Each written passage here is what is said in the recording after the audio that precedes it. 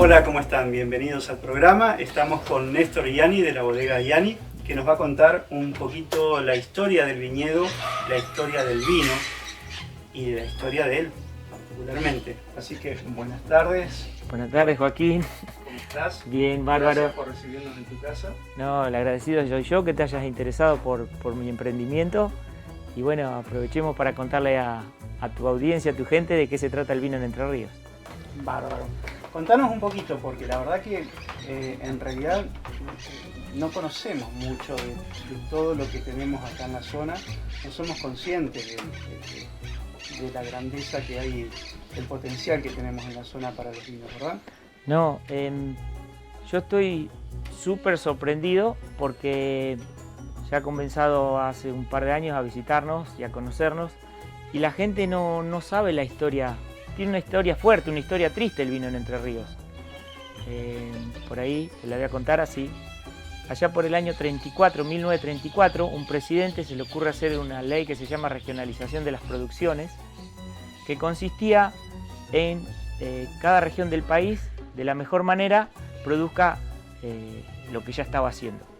Si por ahí la gente mayor o de mi edad, yo me acuerdo cuando iba al colegio secundario, en los manuales nos mostraban un mapito de la República Argentina, que estaba dibujado, por ejemplo, el tabaco en el norte, el citrus en Entre Ríos, la yerba mate en Misiones. Bueno, esa ley, eso fue por una ley que se llamó regionalización de las producciones, era la 12.137. Consistía en que cada sector del país produzca de la mejor manera lo que estaba haciendo. Vayamos puntualmente al tema de los vinos y Entre Ríos. Entre Ríos en ese momento ya era una de las provincias más desarrolladas de la Argentina. Tenía arroz, tenía agricultura, tenía ganadería, tenía citrus y por supuesto tenía mucha vid y mucho vino. El Instituto Nacional de Vitivinicultura hasta ese año controlaba 4.874 hectáreas de viñedo y 200 bodegas que hacían vino industrializado, donde se alimentaba, por supuesto, Buenos Aires y la mayoría del país. Cuyo recién empezaba con la actividad y era lo único que tenía. Después hubo otros factores, otras cositas que obligaron a tomar la medida a este señor de que el vino se vaya a elaborar a Cuyo. Desde ese momento el vino se pasaba a la región de Cuyo y en Entre Ríos quedaba solamente el citrus. El citrus de Entre Ríos va a ser para todo el país. Fue una medida, o sea, si lo analizamos, Joaquín, la medida está bárbara. Si nos organizamos, pero este señor se olvidó que había gente detrás de todo eso. Claro. Sí, pequeño detalle, porque si tenía 4.800 hectáreas registradas, imagínate las que no había registradas, imagínate el potencial que tenía esta actividad. Los inmigrantes allá del 1800, ya en Entre Ríos había llegado vino en otras épocas anteriores, pero el potencial de la llegada de buenas cepas y gente que sabía hacer vino fue cuando vinieron los inmigrantes del 1800, principios del 1900, y entraron por el río de la Plata y el primer lugar que se instalan es Entre Ríos, porque era el lugar más apto para producir la actividad de la agricultura, la ganadería. Imagínate que estas regiones, con el clima que tiene, cualquier cosa que te pones a hacer funciona. Traen la parra y se desarrolla bárbaro. Y logró un potencial excepcional. Ya desde los puertos de Concepción del Uruguay se llevaban vinos a Europa de acá. Estaba bárbaro. Pero bueno, por culpa de esta medida, los entrerrianos se resistieron al principio, incluso allá por el año 38 el Gobierno Nacional hace una ley y le permite gastar al ejército 30 millones de pesos en moneda nacional para romperle los viñedos y las bodegas a los entrerrianos. Así que imagínate que acá se vivió una guerra por culpa de los vinos. Claro. Y esa guerra, esa cuestión, pues se vino repitiendo a lo largo de... Y sí, ¿Por qué? pero dio resultado porque todas las otras actividades con el tiempo se desmadró porque, qué sé yo, el algodón más que en Chaco no lo puede hacer, el citrus lo empezaron a hacer en otras regiones, ¿quién va a empezar a controlar? Pero esta actividad cuando la rompes no es tan fácil recuperarla. Más después el trabajo del mendocino, porque el mendocino, nos podemos enojar que le mandaron el negocio, ¿no? Pero la gente de Mendoza trabajó bárbaro, desarrolló un vino de montaña de una forma excelente porque, o sea, le dejaron el negocio servido pero lo aprovecharon. Trabajaron, invirtieron y bueno, abastecen a todo el país con vinos. Y nos han hecho, bueno, después está todo lo del marketing que nos ha hecho creer que si no hay montaña no hay vino, que el vino si no tiene gusto a madera no sirve. Bueno, el Malbec tiene que pasarse para madera para que sea un buen vino y para que el Malbec sea un buen Malbec tiene que estar en la montaña. Pero las otras cepas se pueden hacer en otras regiones. Pero aparte de todo eso, bueno, dio resultado la ley. Tomamos vino de Mendoza, pasaron un montón de años y la mayoría de los argentinos nos criamos con esa cultura, que el vino, si no hay montaña, no hay vino. ¿Cómo se te ocurre a vos meterte a, digamos, a investigar todo esto de los vinos? Porque bueno, tenés un bagaje importante desde lo histórico y desde la historia del vino, ¿no? Ya por lo que me venías contando antes de cámara. Y digo, ¿cómo se te ocurre instalarte en esta zona, que es una zona privilegiada, ¿no? Sí, sí, esta es una de las mejores regiones, una linda zona de Entre Ríos. Acá la actividad siempre es agrícola ganadera. Y bueno, yo soy original de Santa Fe, del sur de Santa Fe, nací allá en el año 1961 en el sur de Santa Fe, en un pueblito que se llama Chovet, y tenía mi actividad, pero nada relacionada con el campo. Yo quería siempre, en algún momento de mi vida, vivir en el campo. Y por esas cosas de la vida, en el 2000, vengo para estos lugares, veo este lugar y me encanta. Esta región me encanta. Yo ya me considero entrerriano, porque ya me acostumbré al lugar, y soy entrerriano, por supuesto. Pero estas cuchillas, todos los verdes, todavía hay un montón de cosas que ya en otras regiones desaparecieron. Entonces decidí que en este lugar me iba a hacer mi chacra. Y allá en el 2010, esto que yo te estuve contando vos, no es que yo soy genio ni nada, a mí me pasó como a todo el mundo. Recién en el 2010, 2011 me enteré. Y como la actividad del vino siempre me apasionó, lo que a mí me apasiona del vino es la relación que tiene con el ser humano. Si vos te empezás a interiorizar, fíjate que el vino, hablan que han descubierto bodegas y viñedos que ya hacían vino para tomar 8000 años antes de Cristo, en la zona de Siria. Han descubierto bodegas con barricas de cerámica. Y después, lee la historia por donde la busqué, la historia que se te ocurra leer, fíjate que siempre hablan del vino. Los emperadores, los buenos, los malos, Napoleón. El catolicismo considera que es la sangre de su máximo exponente. Por algo es. Y hoy estamos en el 2020 después de Cristo y seguimos con el vino, y cada vez el vino participa más de nuestras vidas. Porque nosotros por esto de Cuyo no lo teníamos tan incorporado, porque era un vino. Llegó en un momento que los argentinos estamos tomando un vino industrializado. Lo normal del vino no es esto de que una región abastezca a todo un país que puede producir vino. Si vos un poco interiorizás, los mayores productores de vino son Italia, Francia y España. Cada pueblito tiene su viñedo, su región, su cepa, su historia de su vino. Y nosotros por esa ley lo habíamos perdido. Esto no quiere decir que lo de Mendoza está mal. Lo de Mendoza está re bien. Pero estamos perdiendo otras cosas. El vino, hoy hay cepas, hay variedades a montones para disfrutar. Así que eso es lo que me involucró en el vino. Cuando me enteré, en el 2010, enseguida fui a Uruguay a pasear, vi viñedo y me dijeron, mirá que en Entre Ríos se puede volver a hacer vino. Sí, ¿cómo en Entre Ríos? Sí. Así que ahí tardé, en vez de volver de Montevideo para Gualeguaychú, ya me fui a Colón, que es donde habían empezado con la actividad. Y ahí en Colón fueron los primeros que empezaron. Ahí ya estaba Andrés Pasadore, que era el ingeniero de un grupo. Yo ya me lo traje enseguida para acá. Este uruguayo sabe un montón, viene de una familia de viñateros. Y la verdad que ya somos amigos y yo estoy haciendo todo esto porque lo tengo a él.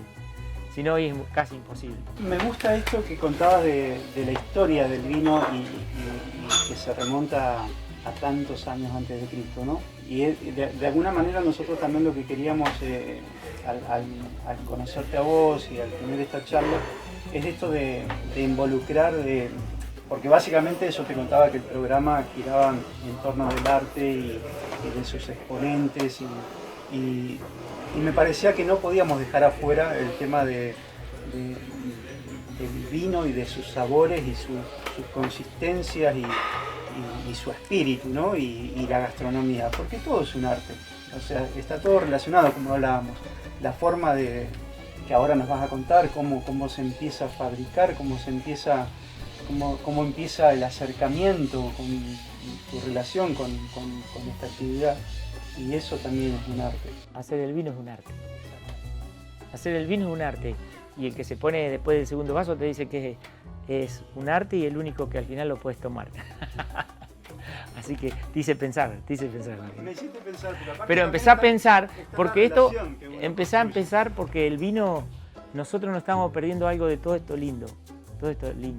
los mendocinos tienen un muy buen Malbec y tuvieron que hacer todas las otras cepas porque no se podían hacer en otras regiones. Pero, por ejemplo, nunca vas a ver, los argentinos, ¿por qué tomamos poco vino blanco? Porque en realidad el vino blanco de Mendoza no expresa nada. Pero no porque el mendocino no lo sabe hacer, al contrario, de la nada está haciendo un buen vino blanco. Pero su región, su lugar no es para hacer vinos blancos. Entonces, nosotros humildemente, los entrerrianos, ya con los pocos 10 o 12 años que tenemos, nuestros vinos blancos son superiores a los de ellos, porque son vinos frutados, son vinos aromáticos, son vinos frescos, que se logra en una región como esta. Nosotros acá, por ejemplo, un Malbec lo vamos a poner y va a salir un rico vino, pero no va a salir como el de aquella región. ¿Entendés? Y todo eso lo estamos perdiendo. Entonces vos vas a empezar a visitar Gualeguaychú y su región y vamos a tener nuestra clase de vino, nuestras cepas, nuestra forma de elaborarlo. Y eso te va a hacer sentir en esta región de una manera. Vas a ir a Córdoba y van a tener otro vino. Vas a ir a la Pampa y van a tener otro vino. Vas a ir a Mar del Plata. Hoy en Mar del Plata se están haciendo unas mega bodegas, unos emprendimientos como los que hicieron en Neuquén en los inicios. Y todo eso lo estamos perdiendo. ¿Y la bodega de ustedes, digamos, cuál sería el fuerte, el plato fuerte de ustedes? Bueno, yo empecé en el 2010, ahora ya charlando un poco de lo mío, te cuento un poco mi historia. Yo en el 2012 pongo mis primeras plantas, siempre asesorado por mi ingeniero, y ya corro con la ventaja que del otro lado del río ya saben qué cepas funcionan. Entonces yo cuando viene Andrés, digo, ¿qué vamos a poner? Malbec. Y Andrés me mira y dice, Néstor, ¿vos querés perder tiempo o querés hacer buen vino? No, le digo, yo quiero hacer buen vino. Entonces él me dice, acá tenemos que usar. Yo digo, bueno, queremos hacer algo de blanco. Yo, por ejemplo, tengo un Sauvignon Blanc o un Viognier como cepas de vinos blancos. Y como tinto tengo un Cabernet Franc y un Tanat. Cepas bien francesas, porque esas cepas funcionan bárbaro. Ya del otro lado del Uruguay funcionan bárbaro. Hay unas viñedos y bodegas que están sacando muy buenos vinos, exportando y hasta con premio a nivel mundial con estas variedades. Los uruguayos se han desarrollado en los últimos tiempos también de manera exponencial, porque todos hablamos que los uruguayos tenían malos vinos, como tuvimos nosotros hasta los 90. Así que bueno, yo empiezo con esto. Igual de todos modos fue un desafío, porque en Colón había un grupito, acá en esta parte de Entre Ríos en el sur no había nada, y no había mucha gente. Primero analizamos la tierra, todo eso, va bien, pero había que esperar por lo menos 2 o 3 años a ver si la planta se desarrollaba, al cuarto año a ver si la sacaba algunos kilos de uva, y después, bueno, si la uva que teníamos ya servía para hacer algún vino. O sea que al principio yo era un nene trabajando acá en un viñedo, y que la gente me decían, los que me conocían, que vos sos un santafesino loco porque esto es imposible. Y yo pensaba, puedo ser un santafesino loco que quiso poner un viñedo y no anduvo, como puedo decir, no, mira, empezó y fue uno de los que recuperaron la actividad en Entre Ríos, por supuesto. Creo que estamos en ese camino. Ya van a aparecer más bodegas, van a aparecer más vinos, el mío, yo voy a tratar de hacer un buen vino y todo creo que va a tratar en eso. Pero el crecimiento se viene.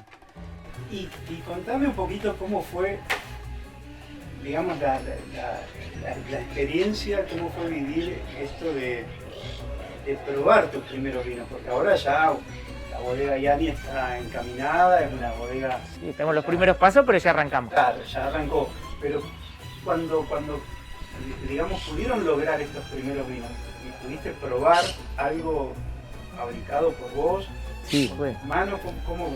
Sí, viste. Muy fuerte. Esto, yo soy un agradecido de la vida porque muchos a veces cuando son jóvenes deciden un camino a realizar y estudian, lo siguen y son felices toda la vida. Yo no quiero decir que tuve una vida infeliz, al contrario, porque yo siempre me considero emprendedor y de hacer las cosas. Y cuando hago, disfruto, así que todo lo que hice. Pero lograr a los 50 años tomar la decisión, me voy a vivir al campo y poner un viñedo, no es una disensión, porque capaz que decía, me vengo al campo y me pongo a criar vaca y le pregunto al de al lado y me enseña. Acá había que hacer algo que nadie hace.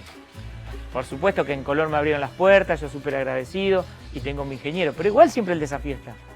Y bueno, yo ya los primeros años cuando empecé a llevar, porque de a poquito me fui cada vez involucrando más, esto te metés, como ahora estoy tirado en el medio del río, ¿viste? Primero te tirás para divertirte y pegarte un chapuzón, después empezás a nadar y te cansás un poco, y después estás en el medio del río, ¿qué haces? ¿Seguimos o vuelvo? Y vamos a seguir, porque si ya llegamos hasta acá.